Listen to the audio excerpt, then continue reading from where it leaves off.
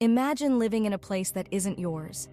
I grew up like that, exiled in a foreign land, far from my home, my culture, and my people. My name is Esther, I am Jewish, and I was raised by my cousin Mordecai, a man who always taught me to trust in God, even when things seemed hopeless.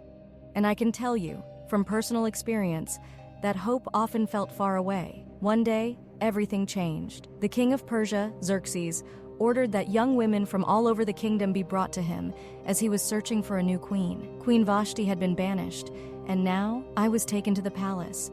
What was I, a simple Jewish girl, doing there? Suddenly, I found myself in a dangerous game, surrounded by wealth, power, and watchful eyes. Fear and doubt haunted me. Would they find out who I really am? How long could I hide my faith and my identity? I kept wondering, why me? What could be the purpose of all this? Deep down, I felt that something bigger was at stake, but the weight of it was overwhelming. If you were in my place, what would you do? Would you have the courage to face such a distant and dangerous world? How do you think you would react, being forced into a situation where your future, and even the fate of your people, might be at risk? It all began with a banquet. But this wasn't just any party. King Xerxes, at the height of his power, had spent 180 days showing off all the wealth and greatness of his empire. He wanted all the leaders, princes, and nobles of his provinces to see with their own eyes how vast and powerful the Persian kingdom was. To wrap up this long period of celebration, he organized a special 7-day banquet in the palace, just for the most influential men of Susa, the capital. The setting? A display of luxury, with linen and blue curtains, marble and silver everywhere, and wine flowing without limit. It was during this moment of exaltation and euphoria that King Xerxes decided to do something unexpected. At the height of his satisfaction, surrounded by his men, he ordered Queen Vashti to come to the banquet. Not as a guest of honor, but as a display. He wanted to show everyone the beauty of his queen, like another trophy in his vast collection of riches. She was to appear with the crown on her head, so that all could admire what the king possessed. Now, imagine yourself in Vashti's place. What would you do?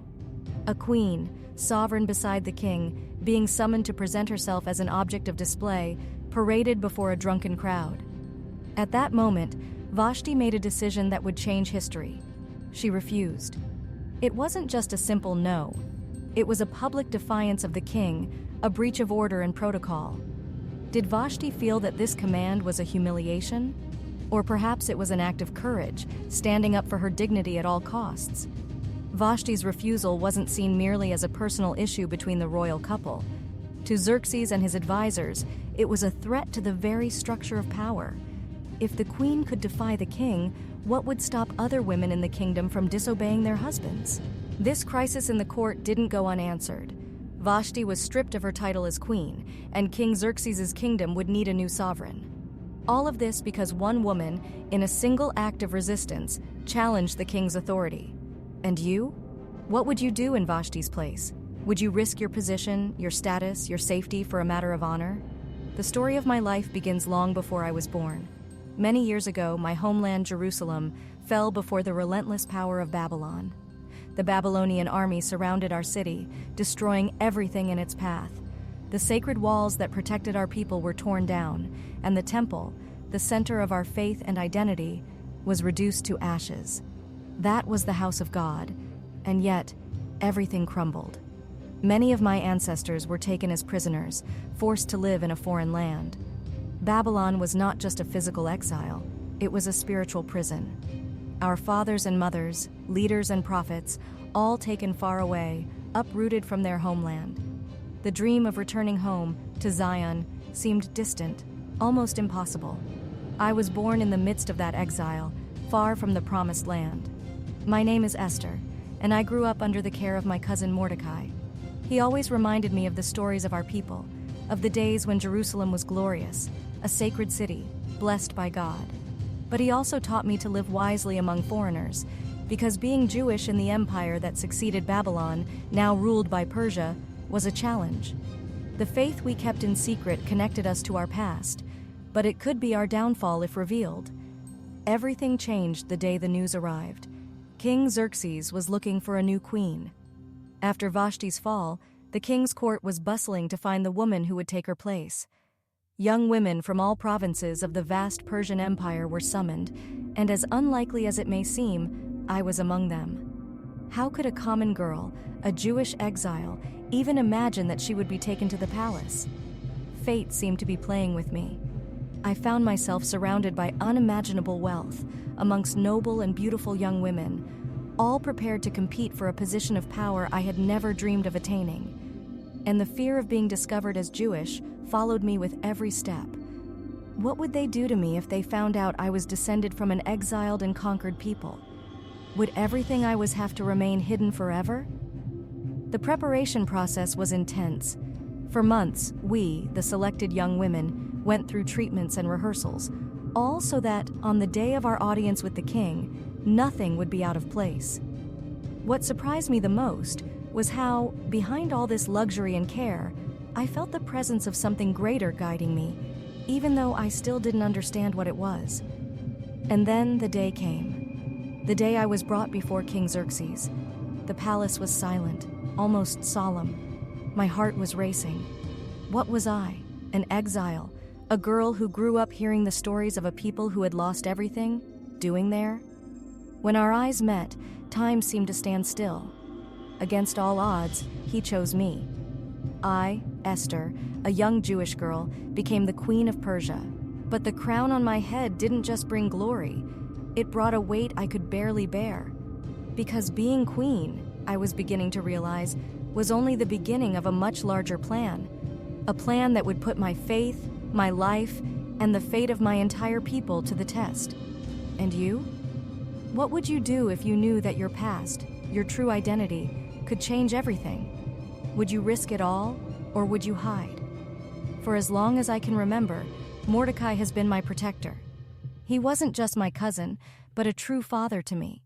He was the one who raised me, taught me about our faith, about the God of Israel, and how to live wisely in a foreign land.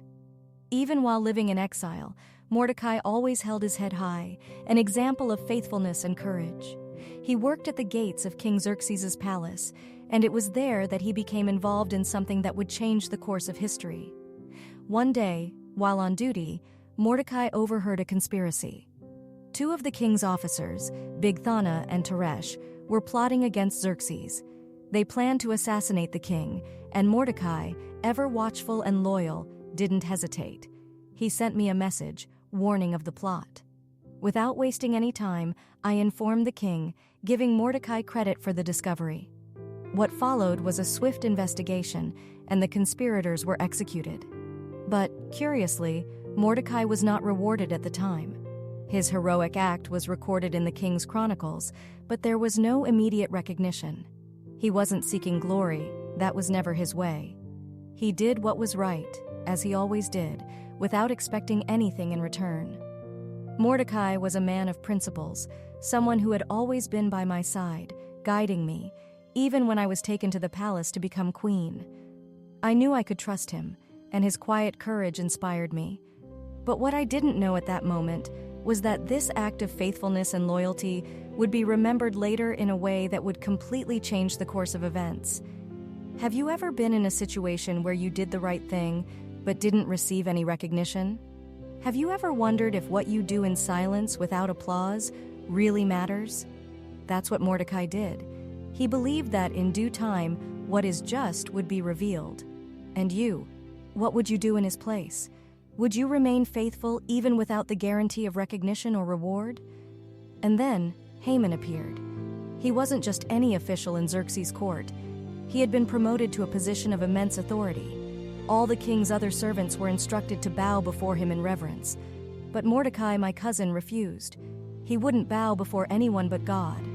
It was an act of faith and loyalty, but also of courage, because in that simple gesture, Mordecai put himself on a collision course with one of the most powerful men in the empire. Haman, swollen with pride and hungry for power, was furious. But he didn't just want to punish Mordecai. That would have been too small for his wounded ego. He decided that the only response to that defiance would be the total destruction of the entire Jewish people in the Persian Empire. Yes, because of one man who refused to bow to him, Haman devised a plan to exterminate all the Jews. His hatred burned like a fire that could only be extinguished by the complete annihilation of an entire nation. He brought his plan to King Xerxes, and with his influence, he secured a decree of extermination. The date was set, and the fate of the Jews seemed sealed. God's people, already living as exiles and scattered, now faced the possibility of being completely wiped out, with no mercy. When I learned of Haman's plan, my soul trembled. Mordecai came to me with a clear message: "You must do something." But I was just a queen, with no power to overturn the king's decrees. And more than that, I couldn't simply walk into the king's presence without being summoned. Anyone who approached the throne uninvited risked being executed. I, Esther, who had hidden my identity until now, found myself at the center of a crisis that could cost me my life and the lives of my people. Haman's hatred terrified me. He embodied everything evil: pride, vengeance, and limitless cruelty. And now, the fate of all Jews was in the hands of this man. Have you ever faced an enemy so powerful that defeating them seemed impossible?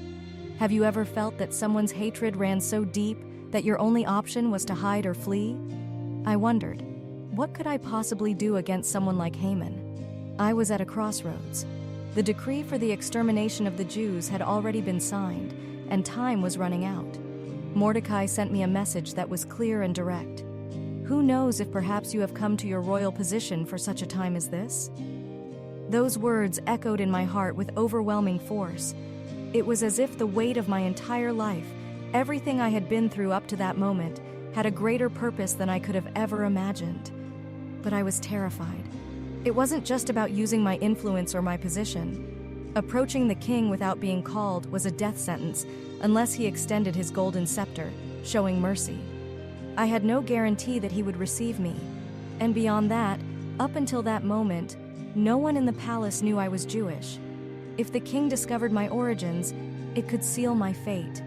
The questions haunted me. What if I failed? What if the king didn't extend the scepter? What if, by revealing who I truly was, my life was doomed along with the rest of the Jews? With each moment of indecision, the danger to my people became more real. What would you do in my place? Would you risk everything for those who depend on you, knowing that the slightest misstep could cost you your life? I decided to act. I told Mordecai to gather all the Jews in Susa and have them fast for me for 3 days. My maids and I would do the same. We would eat nothing, drink nothing, and at the end of those 3 days, I would go to the king, even though it was against the law. And if I had to die, then I would die. But I couldn't stay silent.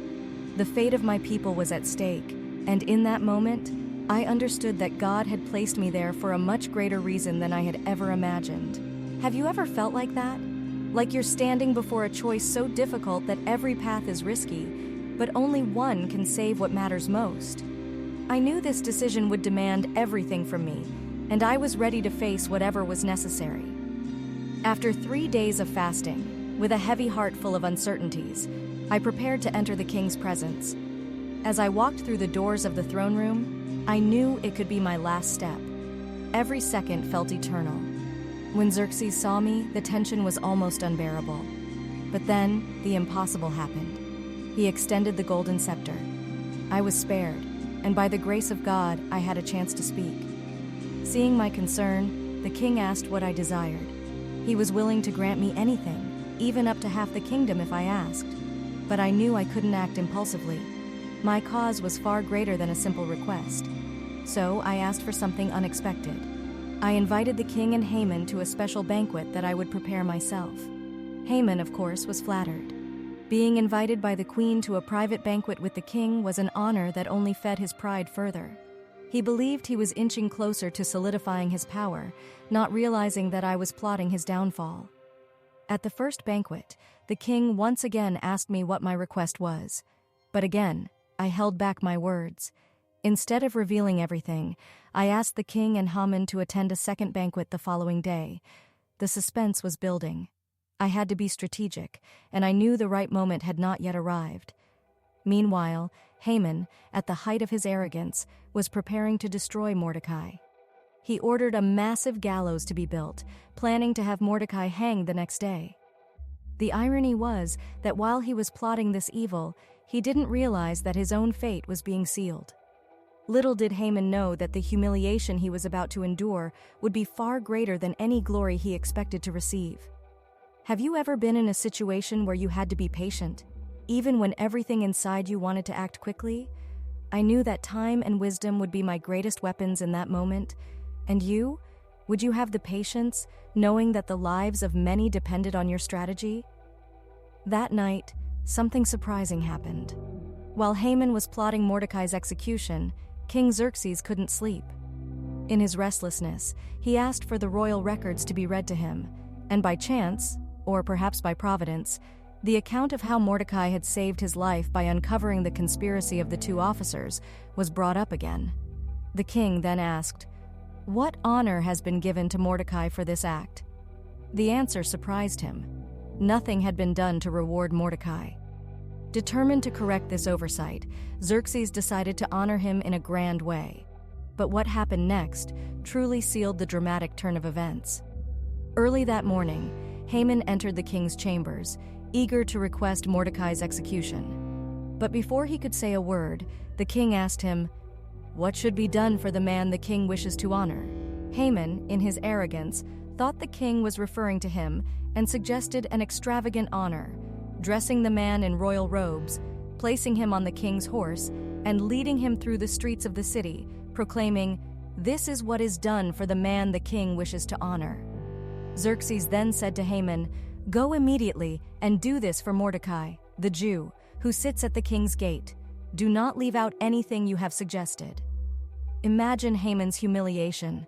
The man he despised and sought to destroy was now being honored publicly by order of the king himself. With his heart heavy with shame and rage, Haman had to lead Mordecai through the streets of Susa, announcing the very honor he had hoped for himself. Haman's pride, which had driven him to plan Mordecai's destruction, now dragged him into unimaginable disgrace. It was as if everything was reversing in a divine twist, with each turn revealing a greater part of the unfolding plan. Have you ever seen situations where the evil someone intended for another ended up turning against them? That's exactly what happened here. While Haman plotted destruction, God was quietly orchestrating a plan of salvation. And you, what would you do in Haman's place, seeing everything you had planned collapse before your eyes? How would you react to seeing the person you hated most being elevated, while your own downfall was approaching? The moment I had feared most finally arrived. At the second banquet I prepared for King Xerxes and Haman, I knew it was time to tell the truth. The king asked me again what I wanted, promising to give me anything, even half his kingdom. My heart raced, but I knew I could wait no longer. With all the courage I could summon, I said, "I am Jewish, and my people have been condemned to death because of Haman." The king was stunned and confused. He didn't understand what was happening, and filled with rage, he asked, "Who dared to do this?" It was then that I pointed to Haman and said, "It is him, Haman, our enemy." Haman was struck with panic. The king, furious, stormed out into the garden, trying to cool his head and grasp the magnitude of the situation. Haman, desperate, rushed to me, begging for his life. He knew his plan had been exposed, and he was in danger. When the king returned and saw Haman so close to me, he thought Haman was trying to harm me and became even more enraged. At that moment, one of the king's servants mentioned that Haman had built a gallows for Mordecai, the man who had saved the king's life. Enraged, the king ordered that Haman be hanged on the very gallows he had built for Mordecai. Thus, Haman's cruel plan turned against him, and he received the punishment for trying to destroy my people. Fate had been reversed. The man who had plotted the extermination of my people now faced justice, and the one he hated the most, Mordecai, was elevated to a position of honor in the kingdom. Haman paid the price for his arrogance, pride, and blind hatred. Have you ever wondered how someone can fall from a position of absolute power to complete ruin in such a short time? How fate, guided by an unseen hand, can turn everything upside down? Justice, even when delayed, always finds its way. And you? If you were in Haman's place, seeing the end approaching, what would be going through your mind? Would you realize the harm you had caused, or would you be consumed by the desperation to save your own life? After Haman's fall, new hope arose for my people. However, The decree he had created, ordering the death of all Jews in the empire, was still in effect. The laws of the king of Persia could not simply be revoked, but Mordecai and I were not willing to give up. I went to King Xerxes again and asked him to allow us to reverse the situation. The king gave Mordecai the power to write a new decree. This time, the decree declared that the Jews could defend themselves against anyone who tried to attack them. The message was quickly sent to all the provinces of the empire, and when the day marked for the massacre arrived, the Jews were ready to fight. And we fought. In every city and village, the Jews defended themselves bravely and defeated their enemies. The threat that loomed over our people was destroyed. What would have been a day of mourning and despair became a day of victory and celebration. To commemorate this great victory and to never forget what God had done for us, Mordecai established a feast to be celebrated every year. This feast is called Purim. During Purim, we remember how our people were saved from destruction and how God turned evil into good. We gather to celebrate, exchange gifts, and help the poor, rejoicing in the life we have been given. Have you ever experienced a moment when everything seemed lost, but at the last moment, the tide turned in your favor? My story of a young Jewish exile who became queen is not just about me. It is about something much greater. Looking back at everything that happened, it becomes clear that even in the moments when God seemed silent, He was present, orchestrating every detail. Have you ever gone through times when it felt like God was distant, but looking back, you realized He was there all along? The wisdom and courage I needed to find within myself didn't come solely from the circumstances, but from faith. Faith that God, even when invisible, was moving each piece at the right time. Sometimes the greatest battle is to wait, trust, and take a step forward, even when the path seems uncertain. And you? Are you perhaps in a moment where you need to trust that there's a greater purpose, even if you can't see it yet? My story teaches us about divine providence, about how God places each of us in strategic positions to fulfill His plan. No matter how distant or insignificant we may feel, there is always a purpose. But the question that remains is, are you willing to act with faith and courage when the time comes?